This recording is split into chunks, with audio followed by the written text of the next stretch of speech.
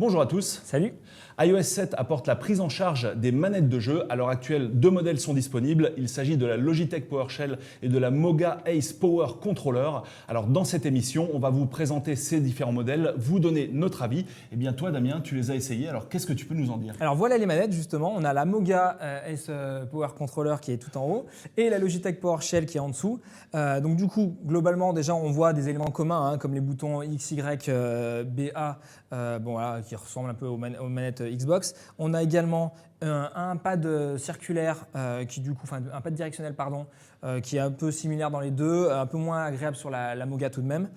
Et surtout vraiment le truc qui est le plus frappant d'emblée comme ça, ne serait-ce que de visu, c'est l'aspect qualitatif des différents produits au niveau de la fabrication. Donc là on voit les matériaux, c'est un peu agrippant, alors, c'est ça inspire beaucoup plus noble, confiance côté Logitech. Tout à fait. Et là c'est du plastique. Plastique un petit peu cheap. Avec des boutons qui font du bruit, etc. Ça inspire tout de suite un petit peu moins confiance. Et surtout, à mon avis, sur la durée, même si c'est une garantie 3 ans sur la Moga, on a un petit peu peur. Voilà. En substance également, on a par contre une grosse différence au niveau contrôle. Pas oublier quelque chose côté Logitech, non? Sur la Logitech, il manque en tout cas deux sticks analogiques, en tout cas les deux qu'a la Moga, qui sont vraiment pratiques pour notamment les FPS, tous les jeux où il faut déplacer la caméra, effectivement. C'est vraiment pratique et encore très pratique également. On a 4 boutons, donc 2 boutons de tranche et 2 gâchettes analogiques derrière sur la Moga qu'on n'a pas sur la Logitech. Voilà, donc ça c'est vrai que ça fonctionnera pour pas mal de jeux et pour d'autres comme GTA San Andreas, ça ne sera pas possible. En tout cas, non, ça sera possible mais pas assez confortable de notre point de vue. Alors concrètement, vous avez le choix, soit une manette de bonne qualité mais sans stick analogique, soit une autre manette de mauvaise qualité mais avec. La qualité des matériaux, mais surtout aussi la qualité, on va dire, plus ou moins logiciel peut-être. Logiciel, tout à fait, puisque la Moga a tendance à planter quand on passe par exemple d'un jeu à un SMS ou à un mail, etc. Voire donc même d'un jeu à un jeu. On a un petit bouton reset derrière la manette ici. Pour ça, on était vraiment très très surpris. Donc voilà, le meilleur un bouton reset sur une manette alors. Oui. Oui, c'est possible. Et donc, bien sûr, tu te balades toujours avec ton petit trombone, évidemment, qui sera vraiment le meilleur outil des joueurs de Moga. Et puis, c'est vrai que vous voyez le lock qui est à moitié utile. Ça transpire pas la qualité. Son importance, le trombone n'est pas fourni avec la manette. Il faudra l'acheter à part. C'est vrai, c'est très juste. Après, vous avez éventuellement des accessoires sur la Logitech, notamment pour le son, qui, encore une fois, laisse quelque chose d'un peu plus qualitatif chez Logitech.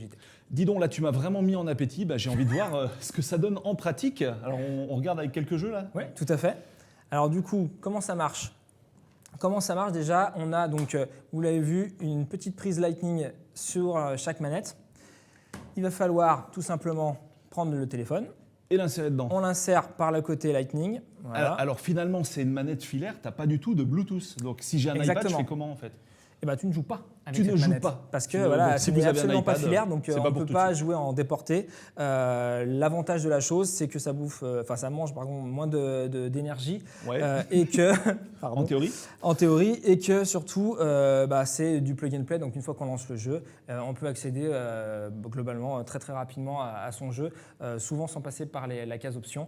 Donc ça, c'est quand même assez pratique là où avec du Bluetooth, il faut la reconnaissance des deux appareils, etc. Alors il y avait quelques cas pratiques. On commence par GTA par exemple. GTA San Andreas. Oui. Donc là, dans GTA San Andreas, est-ce que tu es pénalisé par l'absence de stick analogique finalement avec la PowerShell de Logitech? Alors, oui et non, c'est un peu la réponse de Normand.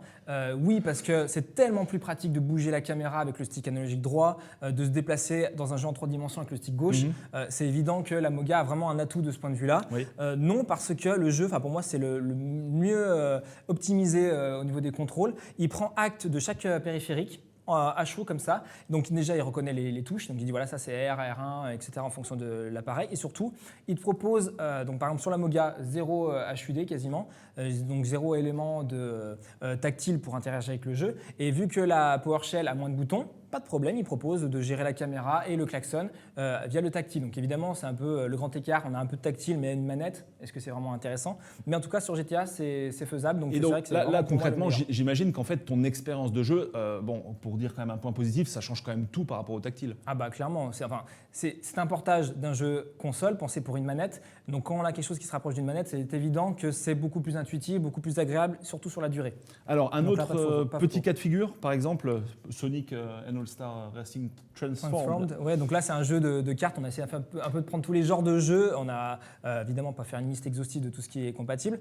Donc là, ça fonctionne très très bien sur la Moga. Ça a même été pensé pour, parce qu'on va dans les options, c'est vraiment les touches de la Moga.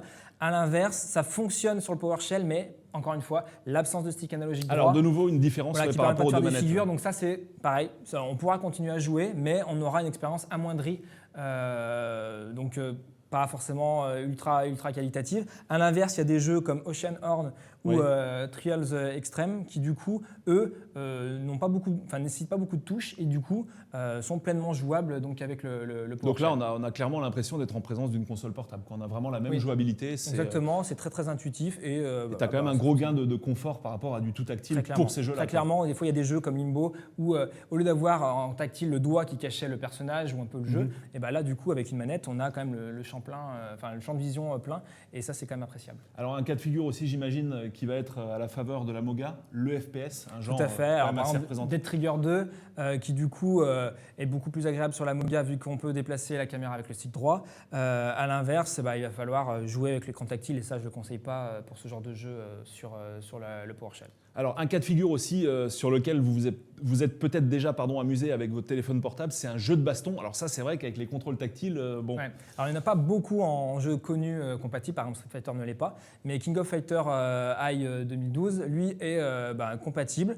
Donc avec les deux appareils, fonctionne très bien avec les deux appareils. On va rencontrer un autre problème le petit là finalement. hic, c'est quand même que les contrôles tactiles virtuels, donc les touches S, etc., sont encore visibles. Donc du coup, on perd quand même de la lisibilité. Déjà que c'est un écran de smartphone qui n'est pas forcément très très grand. Ça aura une minorité de plus d'optimisation. Et donc d'un point de vue plus global, les jeux qui supportent ces manettes-là, donc il n'y en a pas beaucoup, il y en a entre 20 et 30 en fonction des manettes. Ça commence à grossir de plus en plus au niveau du catalogue, mais c'est vrai que c'est peu par rapport à tous les jeux qu'on a sur iOS. Mais en gros, c'est plus confortable, mais pas encore suffisamment optimisé. C'est encore un petit peu trop jeune, je pense, pour avoir vraiment une expérience parfaite, on va dire. En tout cas, qui prend acte de tous les boutons, qu'on n'ait pas à se déplacer avec le doigt sur les menus, par exemple. Donc finalement, on va cette fois conclure pour ces deux manettes. Qu'est-ce que tu en penses au global ? Alors, s'il y avait à choisir entre les deux, sachant que les deux donc, sont vendus au même prix, t'as environ envie de 100 jouer €, j'aurais une petite préférence pour la Moga qui, de toute manière, me permettrait de jouer à plus de jeux, tout simplement, et qui, au demeurant, prend un petit peu moins de place quand elle est fermée et ressemble un peu plus à une manette. Par contre, je ne l'achèterai pas quand même. Donc la conclusion, c'est finalement d'attendre aujourd'hui. Si tu Exactement, il faut attendre plus de jeux, attendre des produits un peu plus qualitatifs, un peu plus stables, parce que du coup, comme on l'a dit, la Moga, à mon sens, n'est pas assez stable et assez, en raccord avec le montant demandé. Du sans fil pour l'iPad aussi, peut-être. Peut-être également, oui, parce que du coup, ça amortirait un petit peu le coût, de pouvoir l'utiliser sur deux supports au lieu d'un. Et surtout, quid de la durabilité de la chose, c'est-à-dire que si demain Apple annonce un iPhone 6, 6S avec un nouveau format, ça ne rentrera peut-être pas avec la Moga, voilà. et encore moins avec le PowerShell qui est déjà pas compatible avec le 5C. Donc voilà, attendez, surtout qu'il va y avoir des manettes en Bluetooth plus tard, donc qui permettront peut-être de voir un peu plus sereinement l'avenir. Attendez 100 €, quand il y a des consoles comme la 2DS, même si ce n'est pas pour faire la concurrence, mais quand même, ça reste quand même en ligne de compte. À 120 €, on a une 2DS. Donc finalement, ça a quasiment le prix d'une console portable, ça a l'encombrement d'une console portable, sauf que l'intelligence n'est pas à l'intérieur évidemment, puisque c'est une manette de jeu uniquement. On n'a pas d'écran à protéger éventuellement. Mais... Voilà, et c'est pas compatible iPad, donc au final, c'est vrai que là, il y a un choix quand même à faire à ce niveau-là. Une petite déception, même s'il y a l'élan de proposer de meilleures expériences aux joueurs sur smartphone, c'est une très bonne chose. Il y a le fait que ce soit reconnu rapidement, et puis le plaisir de jeu sur certains jeux comme GTA San Andreas, c'est une excellente chose également. Mais pour l'instant, ça ne suit pas au niveau matériel, donc attendez. Très bien, c'en est fini de ce petit tour d'horizon du gaming avec manette sur iOS. Vous pouvez nous faire part de vos commentaires. Pour plus d'informations, il y a également 2 vidéos spécifiques qui ont été faites pour chacun des 2 produits. Et nous, on vous dit à bientôt pour une prochaine vidéo. Bye. Ciao.